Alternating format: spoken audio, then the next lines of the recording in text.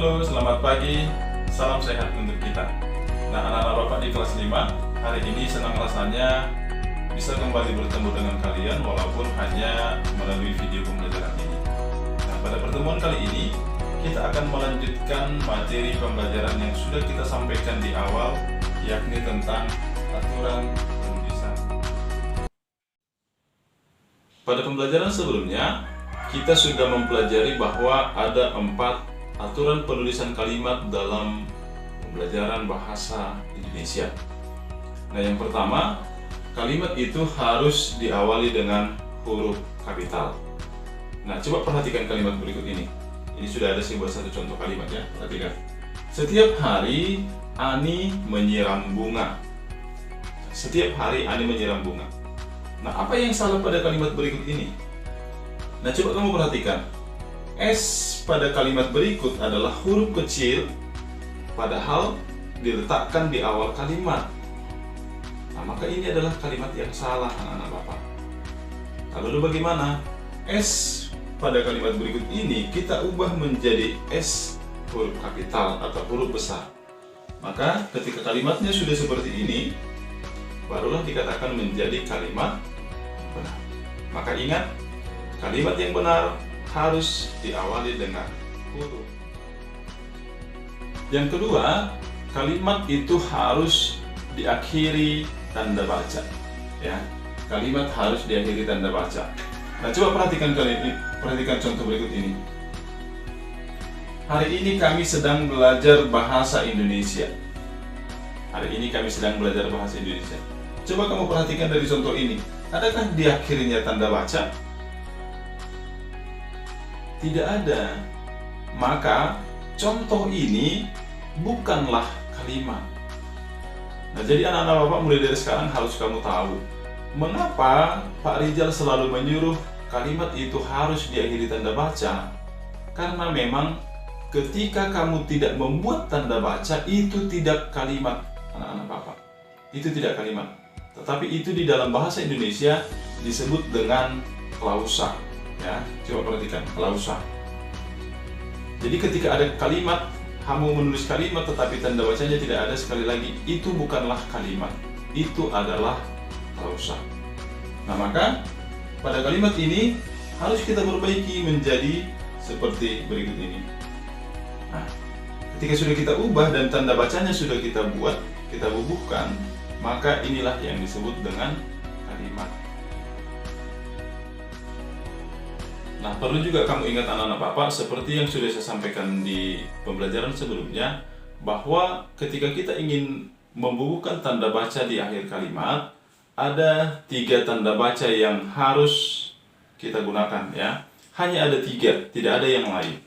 Yang pertama, kita bisa menggunakan tanda titik untuk kalimat berita, kita bisa menggunakan tanda seru untuk kalimat perintah, dan yang terakhir kita bisa menggunakan tanda tanya untuk kalimat. Berikutnya, dalam penulisan kalimat, kamu harus membiasakan diri untuk menulis kalimat dengan singkatan yang resmi. Ya, singkatan yang resmi. Nah, apa yang dimaksud dengan singkatan yang resmi? Singkatan yang resmi adalah singkatan yang memang sesuai dengan kaidah aturan penulisan bahasa Indonesia. Nah, misalnya seperti ini, coba perhatikan. Saya adalah siswa kelas 5 SD. Ya, perhatikan SD. SD itu kan singkatan. SD merupakan singkatan dari sekolah dasar. Nah, maka itu adalah contoh singkatan yang resmi. Itu diperbolehkan anak-anak, diperbolehkan. Lalu apa-apa saja contoh singkatan yang tidak diperbolehkan di dalam penulisan bahasa Indonesia? Nah, coba perhatikan ini. Ini mungkin sering kami lakukan. Harusnya kamu menulis yang, tetapi kamu tulis apa? YG. Itu tidak boleh, anak-anak Bapak. Itu salah. Jadi jangan kamu gunakan YG, tetapi pakailah yang. Kemudian ini, perhatikan yang kedua. DLM. Harusnya dalam, kamu tulis DLM. Itu tidak boleh. Maka ketika kamu menulis dalam, tulislah dalam. Jangan DLM. Yang terakhir, yang keempat, kalimat itu harus menggunakan kata-kata baku. Nah, apa pengertian kata-kata baku? Nah, coba simak berikut ini. Kata-kata baku adalah kata-kata yang penulisannya sesuai dengan Kamus Besar Bahasa Indonesia.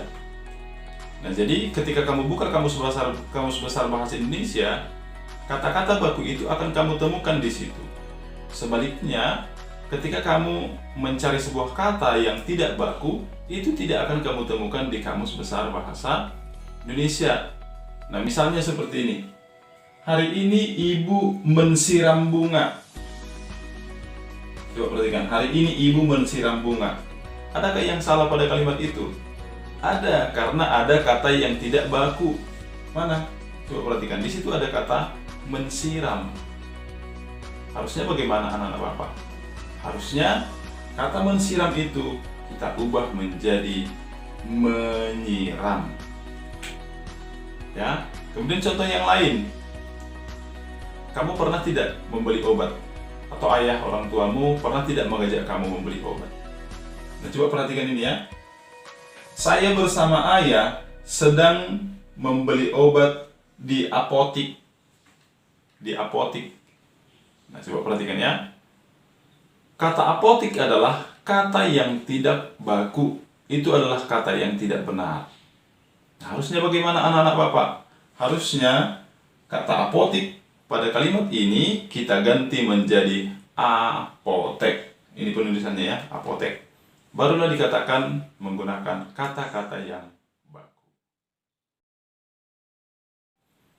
Nah, demikianlah pembelajaran kita anak-anak Bapak di kelas 5 untuk aturan penulisan kalimat. Karena ini memang dasar ketika kalian mempelajari bahasa Indonesia. Bagaimanapun, ketika kamu sudah mampu menulis kalimat dengan baik, kamu juga nanti akan mampu menulis paragraf dengan baik, sampai kamu nanti mampu menghasilkan sebuah teks bacaan yang baik. Nah, untuk latihan kamu di rumah, seperti yang sudah saya sampaikan di pertemuan, Bapak sudah menyediakan 4 kalimat di sini, anak-anak Bapak. Ada 4 kalimat. Nah, tugas kamu adalah perbaikilah keempat kalimat berikut ini menjadi kalimat yang benar. Nah, demikianlah pembelajaran kita untuk hari ini. Pesan Bapak, tetap jaga kesehatan, semangat belajar, kerjakan tugas-tugas yang disampaikan oleh Bapak Ibu gurumu, supaya nanti masa depanmu cerah. Oke, demikian pembelajaran hari ini. Selamat pagi, salam sehat, Tuhan memberkati.